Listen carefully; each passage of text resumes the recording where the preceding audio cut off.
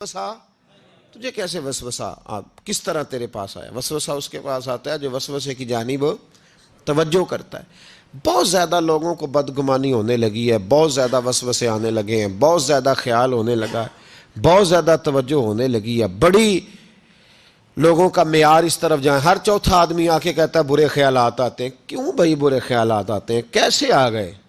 ہمارا تو دل ہی ایک ہے اور دل میں یار بھی ایک ہے، دوسرے کے لیے جگہ ہی کوئی نہیں، تو وسوسہ کیسے آئے گا؟ ہم تو اس کے دیدار سے ہی آج تک فارغ نہیں ہوئے، تو غیر کی طرف دیکھ کیسے لیا؟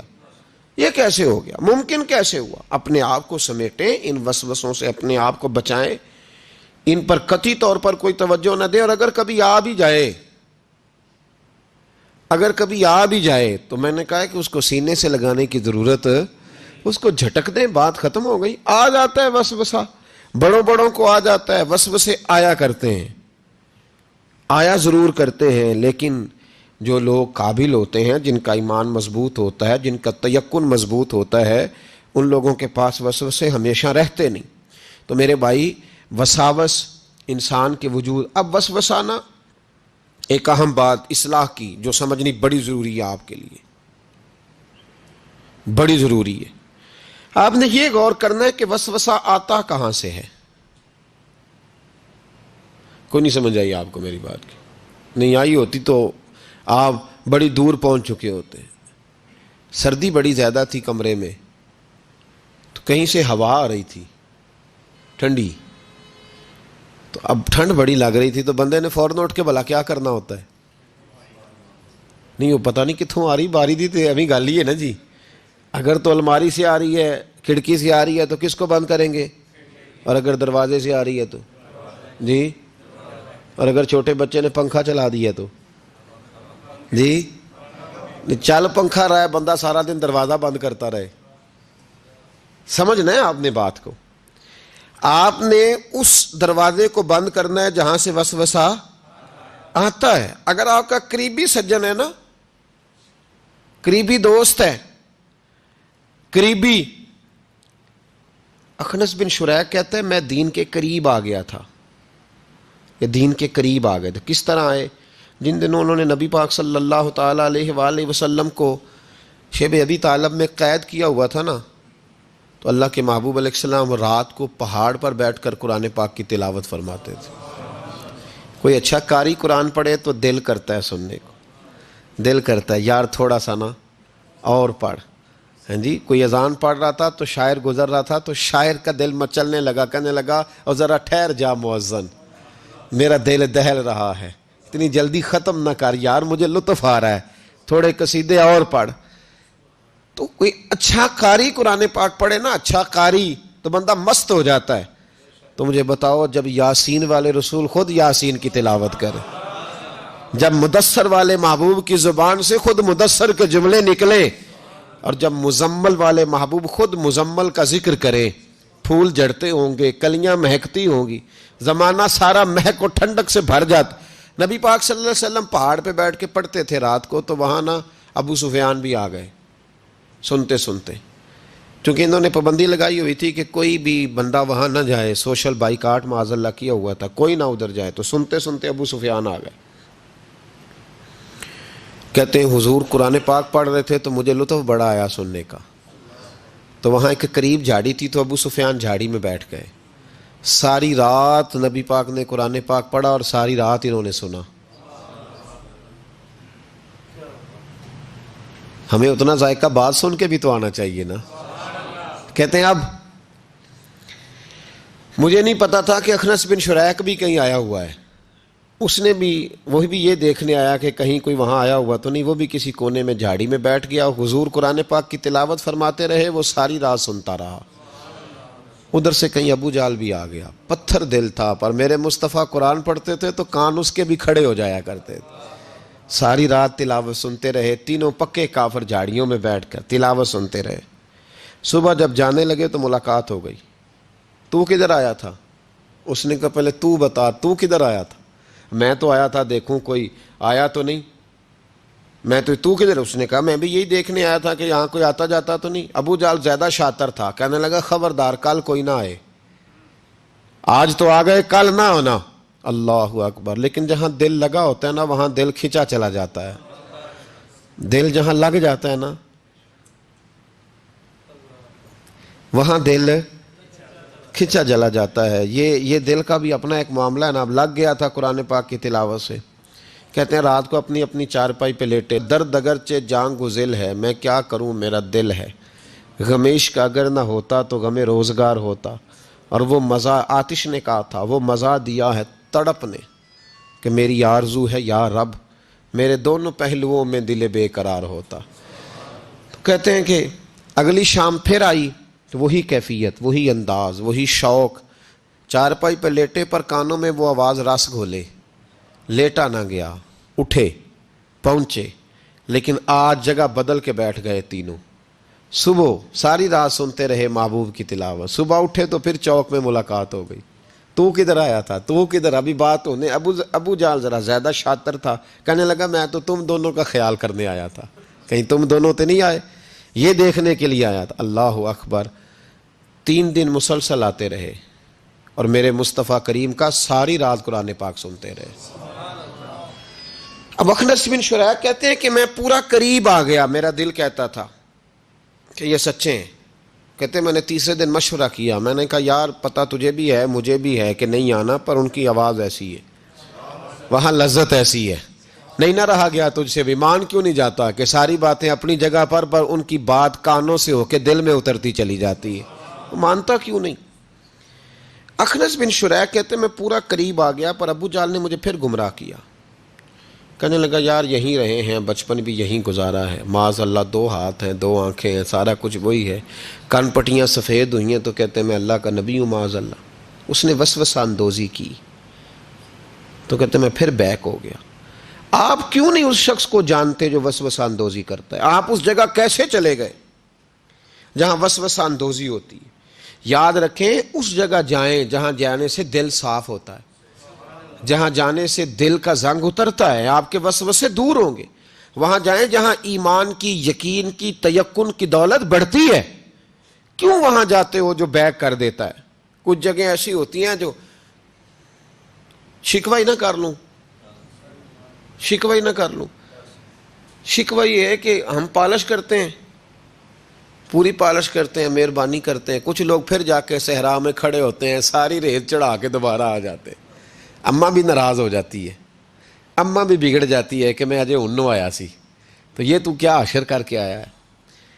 یار آپ سمجھتے نہیں کہ کتنی محنت سے سوارا, کتنی محنت سے نہلایا, کتنی محنت سے کپڑے بدلے, کتنی محنت سے غسل کرایا, کتنی محنت سے کنگھی کی, کتنی جد و جہد کے ساتھ تیرے بال سنوارے, تیرے روحانی ذائچے میں کتنی جد و جہد, تو نے قیمت ہی نہیں ڈالی. تو 2-4 دن گیا اور جا کے پھر سے زنگ چڑھا کے آیا. تو نے ہماری کبھی کبھی دل کرتا ہے پھر اماں کا بھی کہ 2 تھپڑ لگا ہی دوں, اس کو لگاؤں 2 تھپڑ, میری محنت کا تو نے کیا. تو وسوسہ اندوزی والی جگہ پہ کیوں جاتے ہو؟ کیوں گئے وہاں؟ تمہیں نہیں پتا تھا کہ وہاں نہیں جانا؟ سارے کپڑے میلے ہو گئے, ساری گرد پھر چڑھ گئی. خبردار, خبردار اپنے بزرگوں کی محنت کا خیال کریں. خبردار اس جگہ کبھی نہ جائیں جہاں جانے سے وسوسے پیدا ہوتے ہیں. ان جگہوں پہ کبھی نہ جائیں جہاں جانے سے ذہن میں شر اٹھتا ہے. اس جگہ پہ کبھی نہ جائیں جہاں اعلیٰ حضرت فاضل بریلوی, میرے اعلیٰ حضرت رحمت اللہ, زندگی میں کسی کا قصیدہ نہیں لکھا, لیکن بدانیوں کے اس عالم کے قصیدے ہمیشہ لکھے جو انہیں ان کے مرشد کی بارگاہ تک لے کے گئے تھے. اس عالم کے بھی قصیدے لکھے, کہتے تھے میں تیرا بھی شکر گزار ہوں یار, تو نے میرے اوپر مہربانی فرمائی, میں تیرا بھی شکر گزار ہوں. من لم یشکر الناس ولم یشکر اللہ, میں تیرا بھی شکر گزار. اس آدمی کے قصیدے لکھے, مہربانی فرمائیں, وسوسوں والی جگہ سے ہٹ جائیں, اس جگہ سے ہٹ جائیں جو وسوسے پیدا کرتی ہے, جم جائیں اس جگہ پہ جہاں سے وسوسے دور ہوتے ہیں, یقین کی دولت ملتی ہے. گرد والے کام نہ کرو, خبردار. وسوسے اس شخص کو آتے ہیں جو بری جگہ پہ بیٹھتا ہے, جو بری سنگت میں جاتا ہے, اس کے ذہن میں سوال اٹھتے ہیں. میں نے بہت سارے ایسے لوگ دیکھے جو بری سنگتوں میں جاتے تھے تو گمراہ ہو گئے. اس لیے نبی پاک علیہ الصلوۃ والسلام نے پابندی لگائی ہے, فرمایا لا تصاحبوا الا مؤمنا, خبردار صحبت نہ اختیار کرنا سوائے اس کے کہ بندہ کامل مومن ہو. کامل مومن کے علاوہ کسی کی صحبت اختیار لا تصاحب، یہ وہی لا ہے جو کلمے میں ہے، لا الہ کوئی معبود نہیں. تو آپ مسند امام احمد بن حنبل کی اس حدیث کا کیا مطلب لیں گے؟ لا تصاحب الا مومن، خبردار ان جگہوں پہ کبھی نہ جائیں جہاں جانے سے ذہن میں شر اٹھتا ہے، اس جگہ پہ کبھی نہ جائیں جہاں اعلیٰ حضرت فاضل بریلوی، میرے اعلیٰ حضرت رحمت اللہ، زندگی میں کسی کا قصیدہ نہیں لکھا، لیکن بدانیوں کے اس عالم کے قصیدے ہمیشہ لکھے جو انہیں ان کے مرشد کی بارگاہ تک لے کے گئے تھے. اس عالم کے بھی قصیدے لکھے، کہتے تھے میں تیرا بھی شکر گزار ہوں یار، تو نے میرے اوپر مہربانی فرمائی، میں تیرا بھی شکر گزار ہوں، من لم یشکر الناس ولم یشکر اللہ، میں تیرا بھی شکر گزار. اس آدمی کے قصیدے لکھے، مہربانی فرمائیں، وسوسوں والی جگہ سے ہٹ جائیں، اس جگہ سے ہٹ جائیں جو وسوسے پیدا کرتی ہے، جم جائیں اس جگہ پہ جہاں سے وسوسے دور ہوتے ہیں، یقین کی دولت ملتی ہے. گرد والے کام نہ کرو، خبردار. وسوسے اس شخص کو آتے ہیں جو بری جگہ پہ بیٹھتا ہے، جو بری سنگت میں جاتا ہے، اس کے ذہن میں سوال اٹھتے ہیں. میں نے بہت سارے ایسے لوگ دیکھے جو بری سنگتوں میں جاتے تھے تو گمراہ ہو گئے. اس لیے نبی پاک علیہ الصلوۃ والسلام نے پابندی لگائی ہے، فرمایا لا تصاحبوا الا مؤمنا، خبردار صحبت نہ اختیار کر سوائے اس کے کہ بندہ کامل مومن ہو. کامل مومن کے علاوہ کسی کی صحبت اختیار لا تصاحب، یہ وہی لا ہے جو کلمے میں ہے، لا الہ کوئی معبود نہیں. تو آپ مسند امام احمد بن حنبل کی اس حدیث کا کیا مطلب لیں گے؟ لا تصاحب الا مومن، خبردار قطعاً نہ جا کے اس بندے کے پاس بیٹھنا جو کامل مومن نہ ہو. تو کچے لوگوں کے پاس کیوں بیٹھتے ہو؟ حدیث پاک کے لفظوں کے اوپر جو اہمیت ہے جملوں کی اس کو سمجھیں. لا الہ، بولیے لا الہ، یہی لا یہاں بیان کیا، لا تصاحب الا مومنا، خبردار اس بندے کے پاس کبھی نہیں جانا جو کامل مومن نہ ہو، اور جو کامل مومن ہو اس کے پاس ضرور جا کے بیٹھنا. یہ حضور ایک بات شیخ سعدی نے لکھی ہے.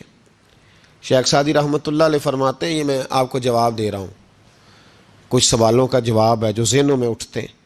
شیخ سعدی رحمۃ اللہ تعالیٰ علیہ کہتے ہیں ایک باپ اپنے بچے کو کہتا تھا، بچے ان لوگوں کے پاس نہ بیٹھے کر، بندے صحیح نہیں، تیرے ذہن میں وسوسے پیدا کریں. اس نے کہا ابا جی وہ نہیں صحیح، میں تو صحیح ہوں نا، مجھے کوئی کچھ نہیں کہہ سکتا، میں خود بڑا ٹھیک ہوں. تو اس نے کہا بیٹا نہیں، صحبت صالح ترا صالح کنن، اور صحبت طالح ترا طالح کنن. چنگیاں دے لڑ لگی ساں تے میری چولی چ پھل پے، پیڑیاں نال میں رل گئی تے میرے اگلے بھی ڈول گئے، میرے اگلے بھی پیڑیاں نال میں رل گئی تے، یعنی پھر ریت سے کپڑے بھر گئے سارے. کہا شیخ سعدی کہتے ہیں اس والد نے اپنے بچے کو سمجھایا، کہا نہ جا ادھر ورنہ. تو اس نے کہا ابا میں جب ٹھیک ہوں تو میرا کوئی کیا بگاڑ لے گا، ہمیں بڑی جلدی یہ گمان ہو جاتا نا میں کامل ہو گیا ہوں، میرا کوئی کیا بگاڑ لے گا، میں جاؤں گا. والد نے سمجھایا، باپ تھا نا، اس نے سمجھایا. لیکن کچھ لوگ بغیر حادثوں کے سمجھتے بھی نہیں، وہ سمجھتے ہیں حادثہ ضروری ہے، حالانکہ بغیر حادثے کے، بغیر دکھوں کے سمجھ آ جائے تو بڑی اچھی ہے.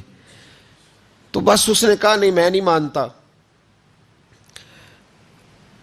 والد نے ایک مثال سے سمجھانا چاہا. اس نے کہا تو ٹھیک ہے، کہا میں بالکل ٹھیک ہوں. کہا اس طرح کر، جا بازار سے نا 2 کلو اچھے والے سیب لے کے آ.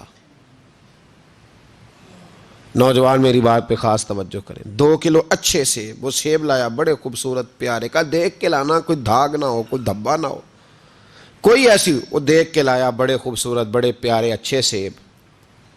کہا بیٹے اب دوبارہ جاؤ منڈی اور 1 کلو گندے بھی لے کے آ، گلے سڑے بھی لے کے آ. اس نے کہا ٹھیک ہے، گلے سڑے بھی لے آیا 1 کلو. اچھے کتنے تھے؟ 2 کلو. گلے سڑے کتنے تھے؟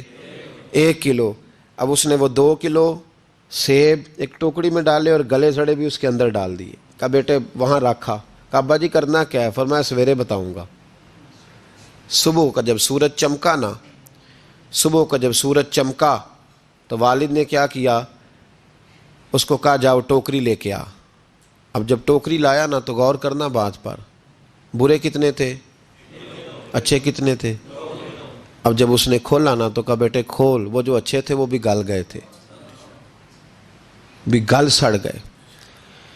والد نے اپنے بیٹے کو سمجھایا، اس نے کہا بیٹا یہ جو شر ہوتا ہے نا یہ جلدی پھیلتا ہے، جو شر ہوتا ہے نا جلدی پھیلتا ہے، ناپاکی تھوڑی سی ہوتی ہے پر غسل سارے وجود کو کرنا پڑتا ہے، سارے وجود کو ناپاکی تھوڑی سی ہوتی ہے، اور آپ دیکھ لیں کہ اس کے لیے سارا بدن دوبارہ سے، تو شر تھوڑا سا بھی آئے تو میل کچیل کر دیتا ہے، اتنا سا بھی شر جو ہوتا ہے نا وہ بہت ساری جگہ پہ خرابی پیدا کرتا ہے۔ او بھائی پیشاب کا ایک قطرہ بھی دودھ میں گر جائے پورے بھرے ہوئے برتن میں تو دودھ پینے کے قابل، سمجھ لو بات کو۔ آپ نے یہ کیسے کہہ دیا کہ ایک بندہ ذرا میرا غلط ہے جی باقی سارے صحیح ہیں؟ وہ شر تھوڑا بھی جو ہوتا ہے نا تھوڑا بھی وہ غلبہ کرتا ہے، وسوسہ اندوزی کرتا ہے، برے خیالات جنم لیتے ہیں۔ اس سینے کو اگر صاف رکھنا ہے، اس سینے کو اگر توانا رکھنا ہے، اس سینے کو اگر ٹھنڈا رکھنا ہے تو پھر ان کے پاس جا کے بیٹھنا پڑے گا جن کے سینے ٹھنڈے ہیں۔ اگر عقیدے کو، نظریے کو، سوچ کو صحت مند رکھنا ہے تو کبھی بیمار عقیدے والے کے پاس نہیں بیٹھنا، صحت مند کے پاس بیٹھو گے تو صحت مندی نصیب ہوگی۔ یہ یاد رکھ لیں، یاد رکھ لیں۔ چنگے بندے دی صحبت یارو وانگ دکان اتاراں، سودا پاویں مول نہ لئیے، ہلے اون ہزاراں، نہ خرید بے شک کوئی شے، خوشبو تو آئے گی نا۔ اور میں تجربے کی بات بتا رہا ہوں، اللہ کے ولی کے پاس، عالم باعمل کے پاس جو چند گھڑیاں بیٹھ جائے چاہے کچھ نہ سیکھے، اللہ اس پر رحمت کی چھتری پھر بھی عطا فرما دیتا ہے۔ یہ بڑی پکی بات ہے، یاد، کچھ نہ سیکھے بے شک اسے خیر ضرور ملتی ہے۔ چنگے بندے دی صحبت یارو وانگ دکان اتاراں، سودا پاویں مول نہ لئیے، ہلے اون ہزار۔